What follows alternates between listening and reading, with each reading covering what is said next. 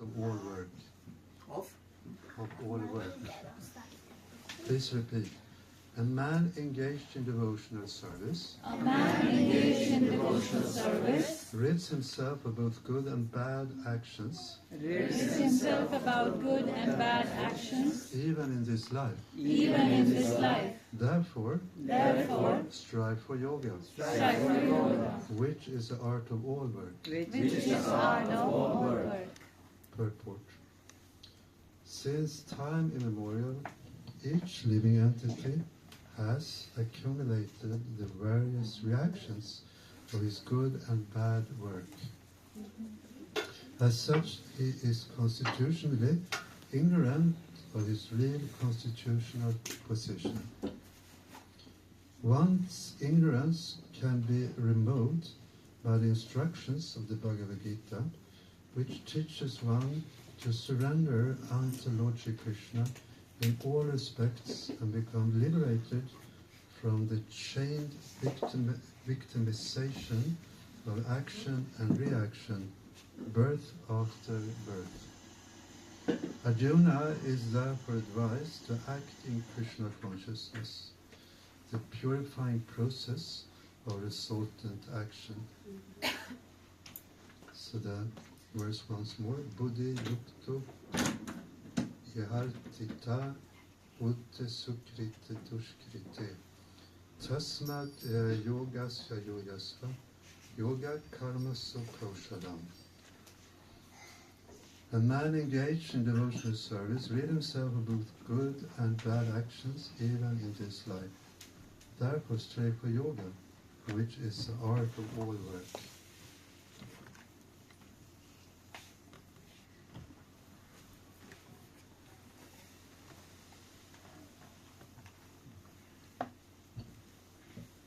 Namo Vishnu Padaya Krishna Prishna Mutale Srimate Bhakti Vedanta Swami Namini Namaste Saraswati Devi Gauravani Pracharine Nirvishesha Shunyavadi Achata Vishatani Srila Prabhupada ki Shri Radhashtami ki. So it's seemingly, it seems like we are part of this material world. When we have these material bodies, we use our different senses, and it's so real. We're watching through our eyes, we hear through these ears, and we touch and smell and taste and so on. And we're thinking, feeling, willing, we're using our intelligence all the time in so many different ways. So we are absorbed in material life, absorbed in bodily consciousness. So it seems like we are part, we are a product of this material world. But actually, Bhagavad Gita very clearly describes it's not a fact, it's an illusion. We are something far beyond this material world.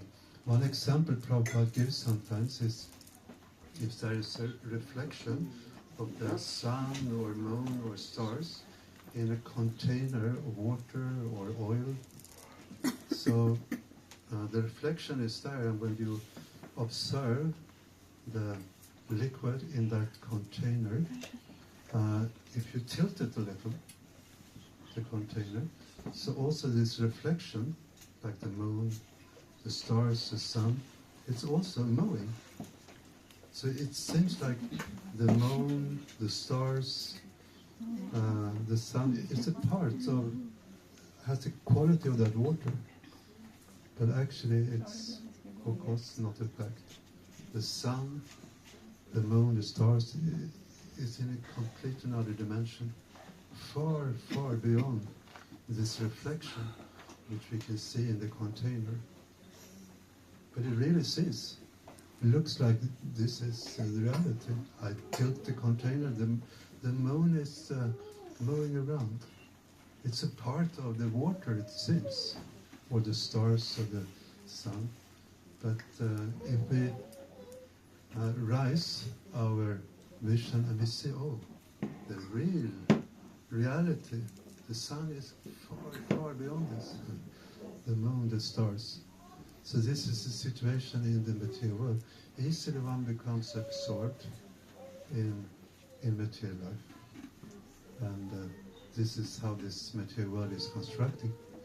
And we are, in general in life, we are experiencing ups and downs, isn't it? That's the normal way of life. Like in this shloka, Krishna speaks about how one can get rid of both good and bad reactions. Because both good and bad reactions are bad.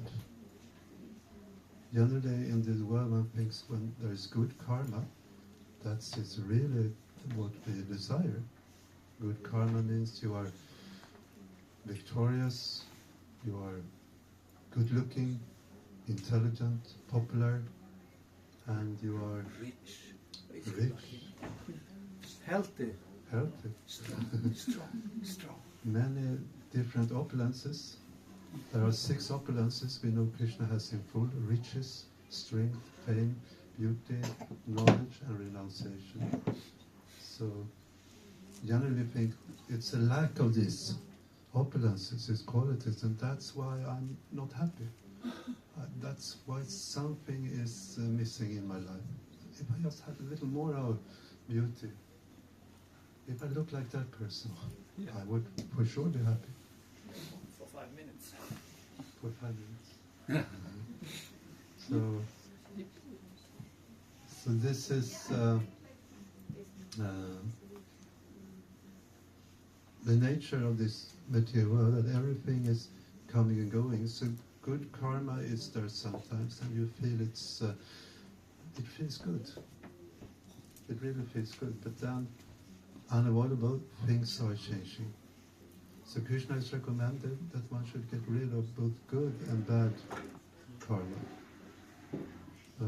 Bad karma is also a blessing from the Lord, because when we go through difficult times, as we all are doing, sometimes life is really tough for everyone.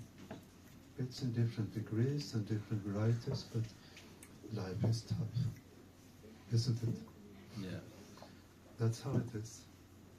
It's, as we know, Adhyatmika Klesha, the Bhautika Klesha, the Daivika Klesha. Adhyatmika Klesha, what's that? Suffering coming from Self. Body and mind. body and mind. And other Bhautika Klesha from other living entities. And other Daivika Kleshas, suffering coming from nature. So we know we are affected by that, very much affected. But a pure devotee, one who is completely surrendered to the Lord, is also not affected by it. Like Srila Prabhupada, he was on the Jaladuta 60 years ago. He was just now in the Suez Channel. And he had gone through 2 heart attacks on board the Jaladuta, suffering immensely.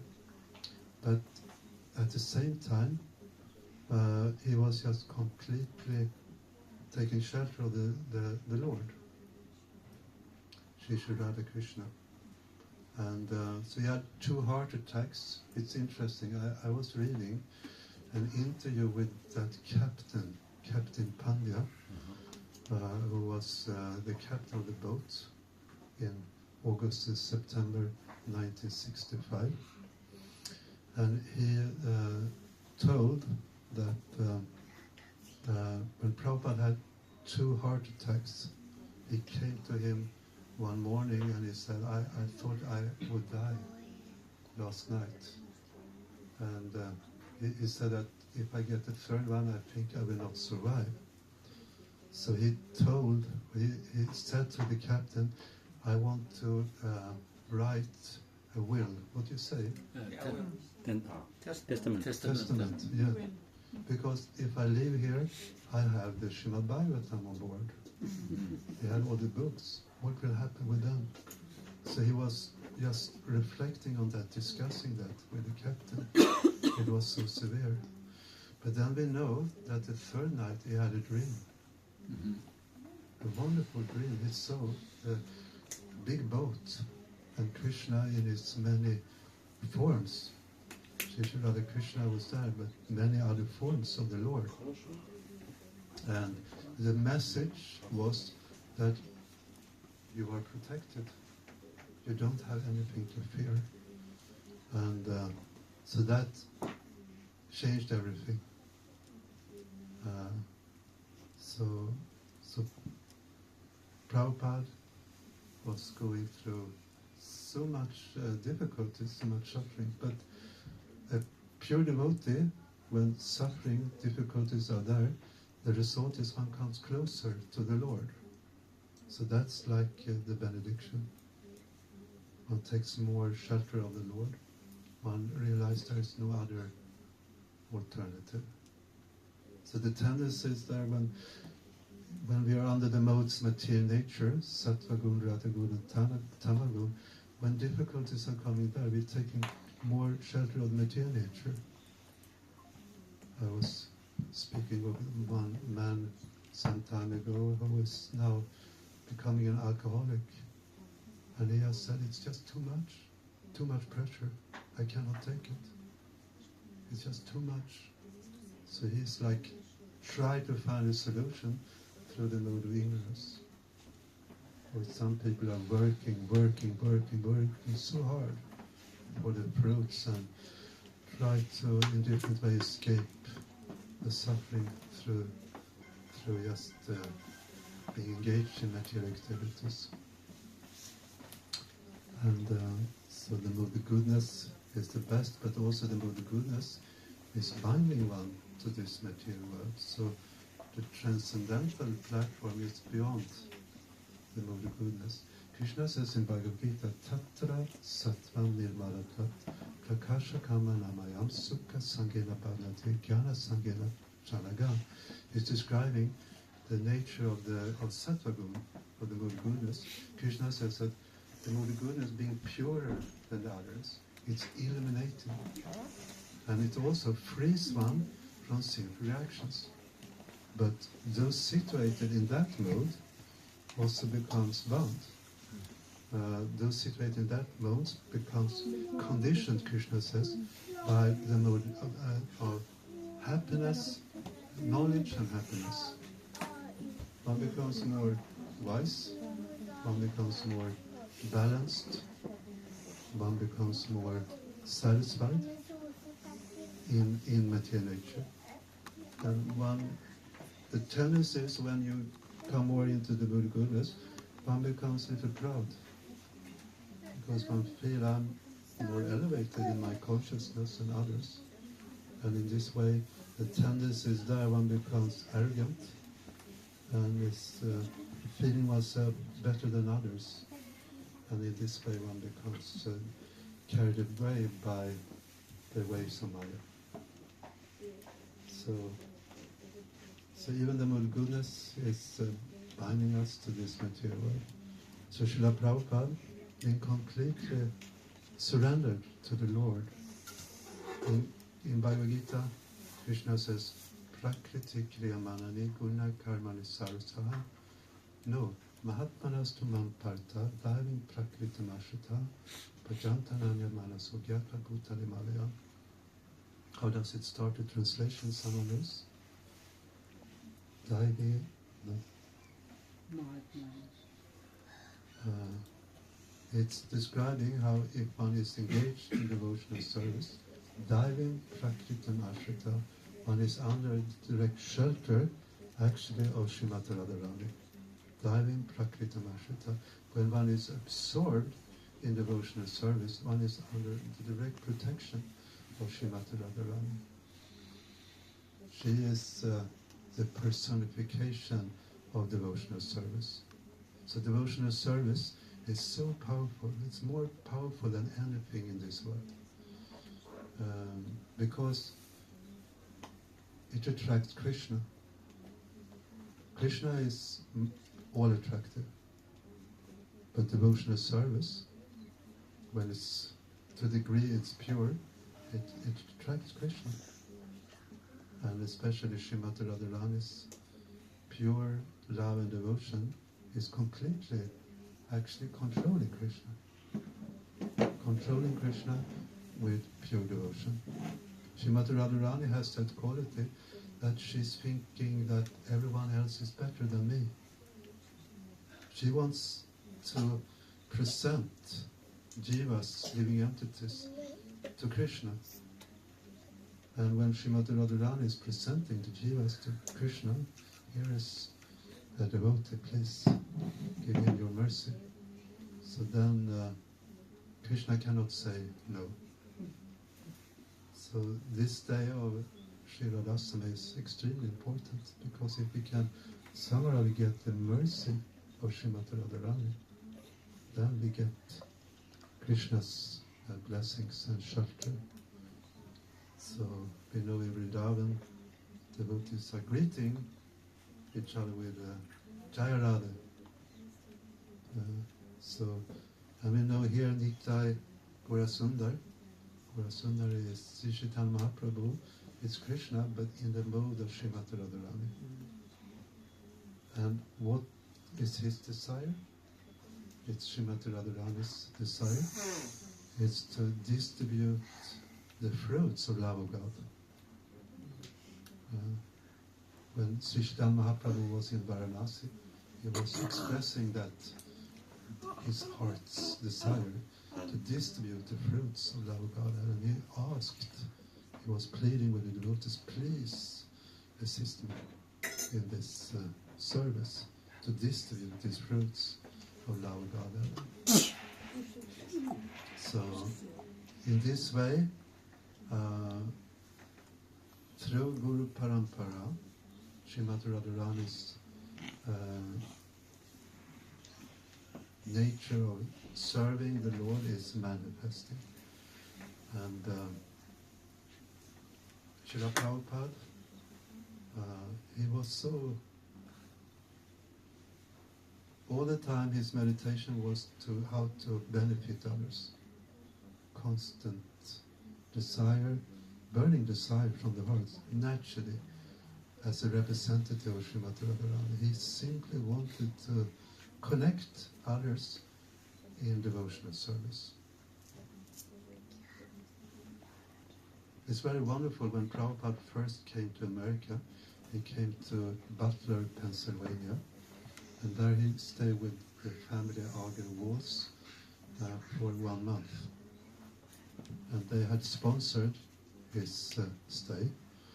So that was the first connection Prabhupada had with the American culture. So Mr. Agarwal, he was from India, and Mrs. Agarwal was an American lady. They were in the mid-30s. And so it's so wonderful how Prabhupada, he was so personal with everyone. He actually asked his host that could we have every evening between 6 and 9 an open invitation for people to come. So they arranged in their living room. Actually, this family, they had a large social life. They knew many American people, and they were very curious, so they came there in the evenings. And Prabhupada was just, he didn't give a lecture, he was just connecting with them. And they were amazed how he was so loving, he was so friendly, he was so personal. And when he once met a person, he remembered that person's name. So when he met them later, he could immediately remember their name. So they were amazed and touched by his affection and love. And also, he looked so serious. Sally Agarwal, I remember she told that the wife, the mother in the house, she said that he looked so serious, but he was extremely humorous. He really was so, they laughed a lot together with Prabhupada, joked a lot. So this is a reflection of Srimati Radharani's mercy, just attracting souls, attracting jivas in the service of the Lord. So Srila Prabhupada, he showed that practical example, and he was so tolerant. For instance, they were smoking, especially during, like in the 60s, and they, in official places, smoking was allowed, and at homes everyone was smoking. I remember when I was a kid, in all these public places, people were smoking cigarettes, and it was horrible. Now it's benediction. It's not like that anymore. But Prabhupada, she excused herself towards Prabhupada, and she said that I'm sorry it's smoking, but Prabhupada said, think nothing of it. Think nothing of it. You can just imagine how disturbing it was. But he was tolerating it for a higher purpose. He was just completely absorbed in his spiritual master's mission, the instructions he had got to some or other. How can you reach the heart of the English-speaking people, preach to them, connect them to Srimad Bhagavatam, to the holy name, being involved, engaged in devotional service. So he was just tolerating all these difficulties. That's the mode of Srimati Radharani. That's beyond Sattva Guru, where you're peaceful, you feel happy, you feel good. Prabhupada didn't care about that. He simply cared about how can I benefit them. Pure compassion. This is the perfection of religion, the highest form of religion. So not being interested in anything for my own selfish interest and motives. In the Srimad Bhagavatam it's described Savai Pumsam Parodharmo Yato Bhakti Radokshaye Ahaitukiya Pratyata Ayatma Suprasilati, that the supreme dharma, the supreme activity, the occupational duty for everyone, not only for some, but for everyone, para dharma, the supreme dharma for everyone, Savai Pumsam, is to engage in loving devotional service to Adokshaya, to the Transcendental Lord. And that service, that devotional service, has to be ahaituki apratiyata. What does that mean? Ahaituki apratiyata. It has to be unmotivated and uninterrupted. Unmotivated, uninterrupted. To completely satisfy the self. So that is our nature, just to serve the Lord. That is Bhakti Yoga. Srimati Radharani is the personification of that pure service attitude, simply living for Krishna's pleasure. And so the more we can be absorbed in this way in devotional service in a practical way, we can also experience another energy, isn't it? Sometimes we get into a flow of devotional service and everything becomes so easy. Sometimes difficult to maintain that, but we have all experiences of this flow of devotional service. So pure bhakti, pure devotion, it's just the highest form of activity and the highest form of religion. Prabhupada, he was also cooking for them, the family. Just imagine the good fortune living in Butler, Pennsylvania, and Prabhupada comes to their home. And he was, for 1 month, he was cooking the lunch. And they were so amazed because it was so delicious. It was so tasty, it was so good. But it was also very joyful just to be with him. Like Sally Argewald said, they laughed a lot. They laughed a lot. And she felt like his daughter. I saw some letters Prabhupada sent to her after this month, and how he so lovingly addressed her as my daughter. He reciprocated with her feelings, and I just think it's fascinating, these early days, and how Prabhupada, he didn't like go out and now you should change. No. They were Christians and he was like respecting that, but he was attracting them. And he loved their children. Prabhupada, he was just so, they had small children, one girl 5 years old, one boy just a few months old. And it's described in Prabhupada Lamrita how the boy, he stood for the first time, and Prabhupada, it was like a big celebration. Prabhupada was standing up, clapping his hands, and it was just... so in one way, Prabhupada was so human, so kind-hearted, friendly, and but at the same time he was coming down from a high platform, the Uttamadhikari platform, to the Madhyamadhikari platform. Uttamadhikari platform is the pure, spontaneous love of God, which is in another dimension. So he came down to the Madhyamadhikari platform to relate to everyone. So I think it's just wonderful. And that, Prabhupada is a representative of Srimati Radharani. He is reflecting her mood. When the pure devotee is acting in this world, we can also see what is pleasing Srimati Radharani. How should we, in a practical way, act so we can get her mercy, especially today, but all days. Get her mercy, her blessings. If she smiles upon us, if she recognizes us, then everything becomes perfect. So now this Sankirtan movement of Nitya Gaura Sundar, so as we said, Sri Chaitanya Mahaprabhu is Srimati Radharani herself,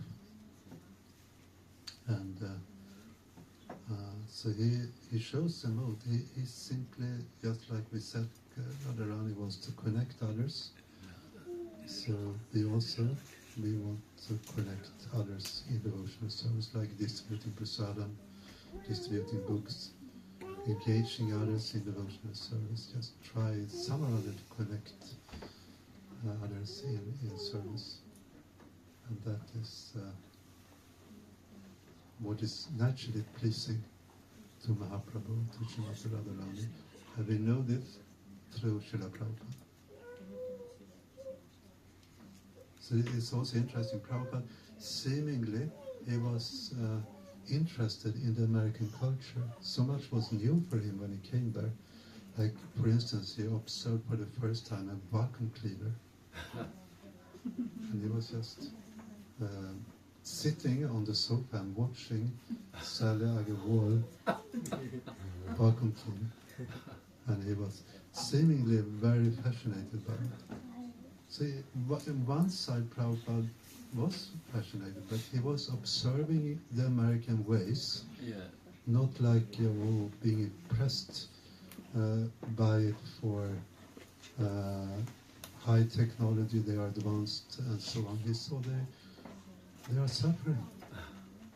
But he was observing it also for the high purpose, to reach the hearts, to understand the culture, understand the mood.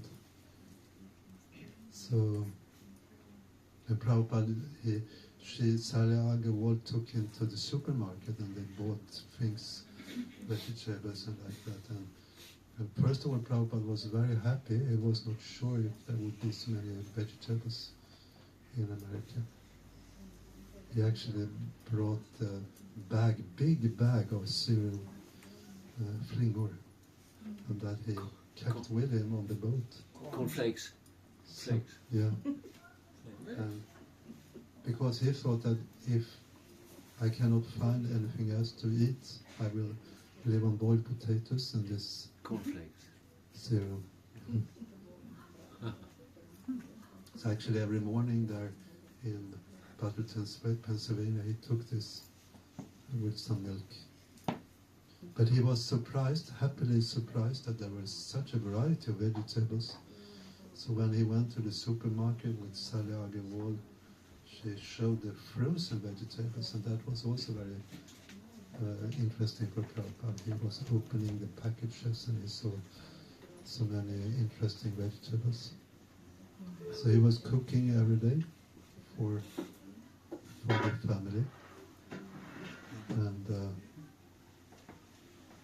so she expressed that when he was leaving, it was really difficult. She had become very, very attached to Prabhupada. So such a blessing to have the association of a pure devotee like that. So that's the character of the pure devotee, and it's reflecting Srimati Radharani's compassion, her pure, soft heart.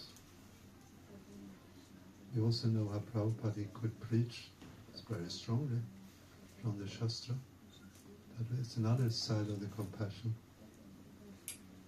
This kindness and Prabhupada showed and how to attract others. It wasn't sentimental.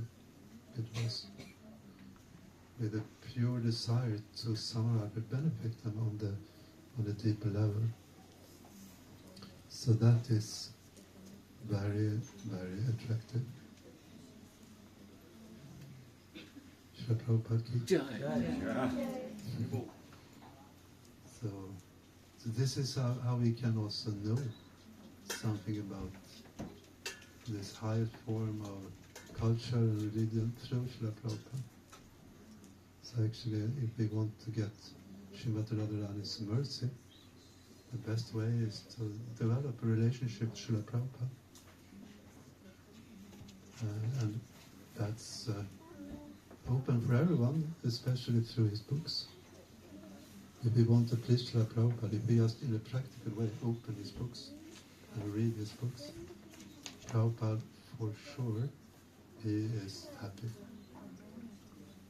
And if we chant Hare Krishna mantra sincerely, Prabhupada so many times spoke about Krishna Gora Sundaki. So Srila Prabhupada, he so much appreciated the sincerity. If one is serious and sincere, that's the quality Srila Prabhupada very much appreciated. One may have so many imperfections we naturally have, but if one somehow or other can get a drop of sincerity, I want the truth, I want the real thing. I don't want to cheat myself, I don't want to cheat others, I want the truth as it is. So that sincerity, sometimes it's difficult to manifest, because this is the tendency in this world. We want to cheat ourselves, we want to cheat others, we want to be the enjoyers, we want to be the controllers, and in this way we are in illusion. But just by connecting to Prabhupada, try to serve Prabhupada, please Prabhupada through these simple activities, we can get Srimati Radharani's mercy. Thank you very much. Hare Krishna. Hare Krishna. Hare Krishna. Maybe it's something we can discuss, some questions, comments, thoughts, reflections. You spoke about this feeling Prabhupada was giving to, was it Madame Agarwal? Yes. She felt like fatherly attraction. I mean, she felt like he's like a father, relative, and he was she felt very close, like a family member. And actually, it happened in New York, in the Lower East Side. And there was one young girl, and she came there, kind of lost and, they talked like that. And he came and she was sitting there with Srila Prabhupada. And he looked at her and he said, what about your father and mother? She was like, he understood. They don't care at all for her. And then he looked at her and he said, I am your father. I am your father. So, so take so much compassion. He said, I am. How, such a feeling, to feel like that, lost and horrible, and being in that environment, Lower East Side, and he's there, and she's attracted to him, and he says, I am your father. Oh, such a relief in the heart. Thank you for bringing this up. And like Prabhupada, he really understood the heart of everyone. Like the tendency in this world is that when we get older, it's sometimes a little difficult to relate to the younger generation. That's happens sometimes. And but Prabhupada, he 70 years old when he came to US, he was meeting the teenagers who were hippies, and he understood their frustration, he understood their mentality, their longing for something deeper, so for something real. It was something healthy there in their protest. And Prabhupada immediately could understand and relate to it as a pure devotee. And as you said, understand their hearts. He took his time. Anyone could come to his room, and he took his time to speak with them in a very personal way. And also then engage them in service in a very practical way. Like Yadurani, Prabhupada, she showed some interest for painting pictures, and Prabhupada immediately just engaged her. And in the beginning she was not so, it was not so perfect. But she was so eager to serve Srila Prabhupada, and he gave her direction, and she became quickly more and more advanced in that art. Or engaged some in cooking or cleaning and counting and all different kinds of things, translating and so on. So that's really what touched people, is that they felt understood. They felt that he understands me, and he cares about me. He actually loves me in a way that was beyond their experience in this world. And then when they felt that, they were ready to, wow, I'm ready to do anything to get his love, to get his smile. I know Shyamasundar Prabhu, who met George Harrison. He was so enthusiastic. Just imagine at that time to meet the Beatles. They were like the most famous people on earth. And to go to London and meet them. And that was his idea. And Prabhupada appreciated that. This bold desire. And they went there and they tried and tried and tried in different ways. Somehow they captured their attention, the Beatles, sending them prasadam and then suddenly George Harrison one day he just saw them and he came up to Shyamasundar and he said, "Where have you been?" And he started to speak with him and they just connected like this and they became friends. And so Prabhupada, this boldness in just preaching to something which is seemingly impossible. So Prabhupada engaged everyone, And he was very happy when devotees were bold in taking a risk for spreading Krishna consciousness.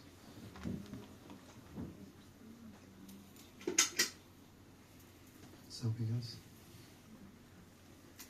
There was one more incident when Srila Prabhupada was just about to leave to America, and one person who knew him little, he came to him and he said, I don't know how he addressed him, or Sadhu Maharaj or something. I heard that you were going to America. No, said Srila Prabhupada, I am not going. Srimad Bhagavatam is going and I'm coming along. Yeah, that's a very beautiful point. That was Prabhupada's mode. Completely just depending on the Srimad Bhagavatam. And so when he managed to translate and print the first canto of the first 3 volumes, then he felt himself ready. And as you said then, I'm not going to America, Srimad Bhagavatam goes to America. I'm simply carrying them. I'm just simply the servant. That was his mode. And because of that, one becomes empowered. Understand, I'm not the doer. And even when Srila Prabhupada came to New York in the beginning of 65, 66, he sent many letters to his godbrothers and he wanted to involve them in the preaching work. And he even said, you come, please come. There is a possibility here for really pleasing our spiritual master, Sri Bhaktisiddhanta Swami Prabhupada. And he even said, you be the head of the institution. You come here, you be the head of the institution. So he was just so pure in his motives. He simply wanted to see that Bhaktisiddhanta's instructions that to spread Krishna consciousness in English, that they were executed. He was not thinking, this is my moment now, and look, they didn't want to support me before, so, but he was no false ego whatsoever. Just completely openly, come, you be the head of the institution. Did they come? Pardon? Did they come? Did they come? No, they didn't come. And that was also Krishna's arrangement, Prabhupada. But it showed us his mode, his pure, the reflection of Srimati Radharani's mode, just purely want to serve. That's why we worship Srila Prabhupada. And if we can take shelter of Srila Prabhupada's lotus feet and the instructions, which is there for everyone, then we can get Srimati Radharani's blessings, for sure.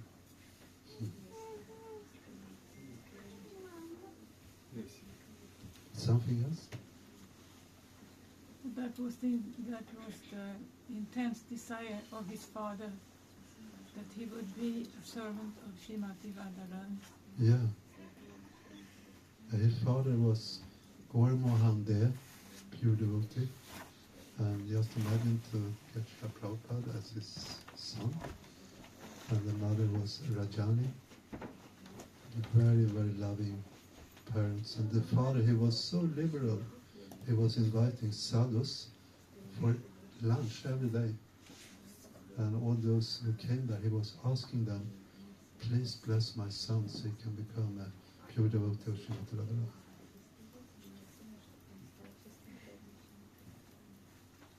So blessings are very important. So the mode of Srimati Radharani is to be the servant of the servant of the servant of the servant. She is the example of that.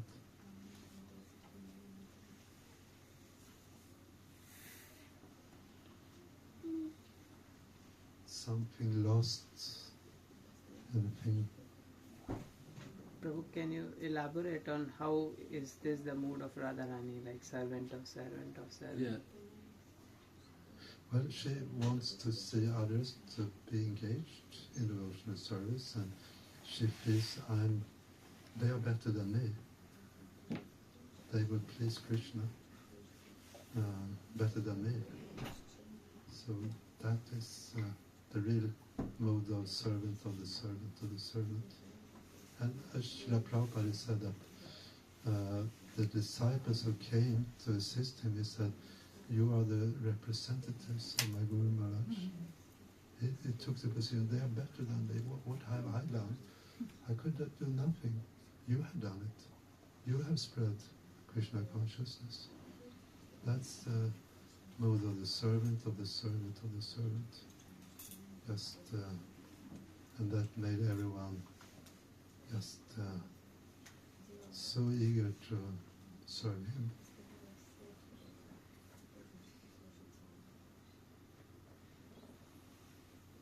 So it's very wonderful, the character of Srimati Radharani, how it's reflected through the Guru Parampara, through Srila Prabhupada, and it is where we can get a little understanding of it.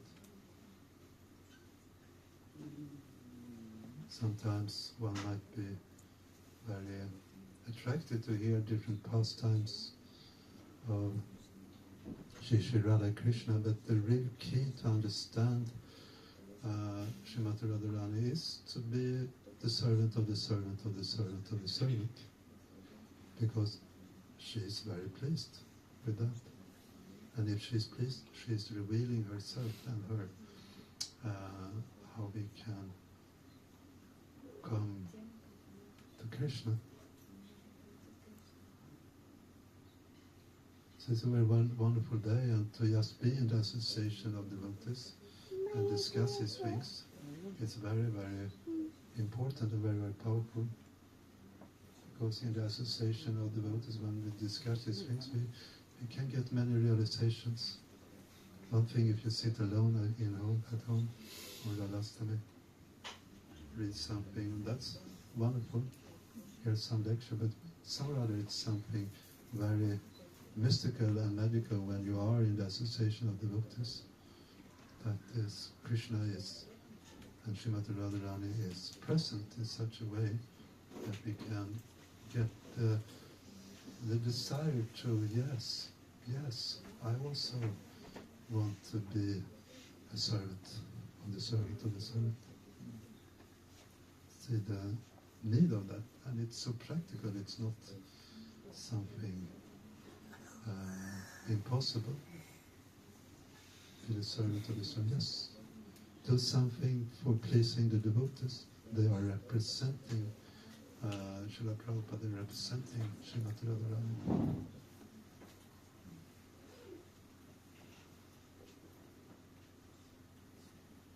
Is that okay? Yeah, thank you. So, should we good time to end now?